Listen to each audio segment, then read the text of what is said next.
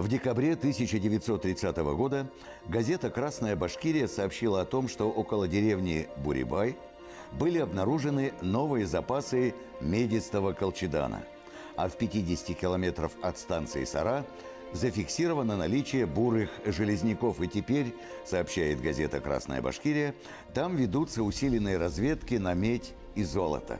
Для этого поставлены станки алмазного бурения.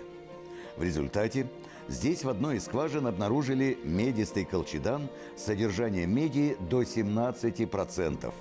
Еще до детального анализа скважины и окончательного технического заключения стало ясно, что между станциями Сара и Баймак открыто значительное месторождение меди, сообщается в заметке.